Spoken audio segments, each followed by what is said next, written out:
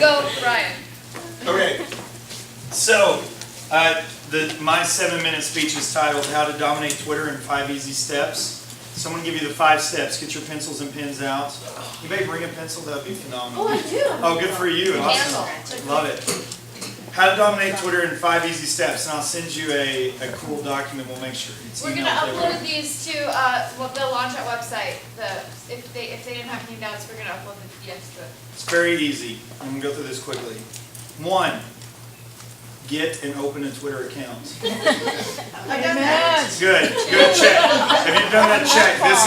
These build upon each other, okay? These build upon each other. That's number 1. Number 2, follow people, all right?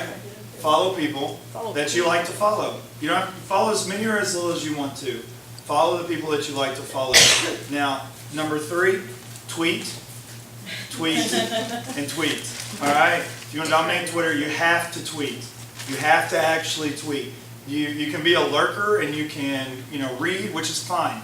But if you're wanting to, I'm assuming a lot of you have a business or a brand that you want to promote. You have to tweet. It's very important. And you have to find what your tweet is, and we'll talk about that in a second. Number 4, retweet.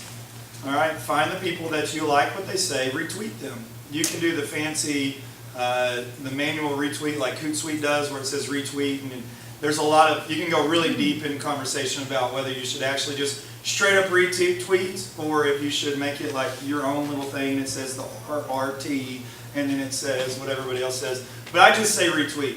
Find what works for you and do that. And then number 5, favorite. Favorite the things that you like. So that's how you dominate Twitter in 5 easy steps. Sounds easy, right? Because it is easy. Twitter's easy. There's only so much you can do on it. It's if you know, I think at the STAR conference actually, John Acuff said, use whatever your platform is, use what that platform is all about to your advantage. So Twitter's platform is all about short, 140 characters or less, little bursts of information. It's not a place for big-time community. Facebook is a place for community. That's why the Dreamers of Building the Hustle group is on Facebook. It hasn't had a lot of traction on Twitter, even though we all interact with each other. It's because you can't have a great 17 people conversation very easily. Now we've done it, all right? But you have to try. You have to know. You have to be able to like, whoa, what's going on here? But if you are all about images and you're all about graphics and you're all about telling a story through pictures, Instagram is a great place for you. And Twitter has a little bit of that too, but that's not really the place for it. And you can do videos on YouTube, but that's not really it for Twitter. Twitter is, I'll tell you somebody that's a part of the Dreamers and Builders group that is, I love following on Twitter, is Libby Norcross. And I have no idea how many followers she has. 3,000 plus. I don't know who she follows, but I know her because of her Twitter. And that's what you have to do. And I don't think that Libby is going out there and saying intentionally, I'm going to try to get hundreds of thousands of followers and I'm trying to pitch Libby Doodle and I don't think that's what she does. And I get guilty of using Twitter as a platform to try to sell.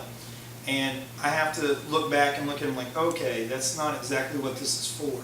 This is for sharing a glimpse of who I am at my core.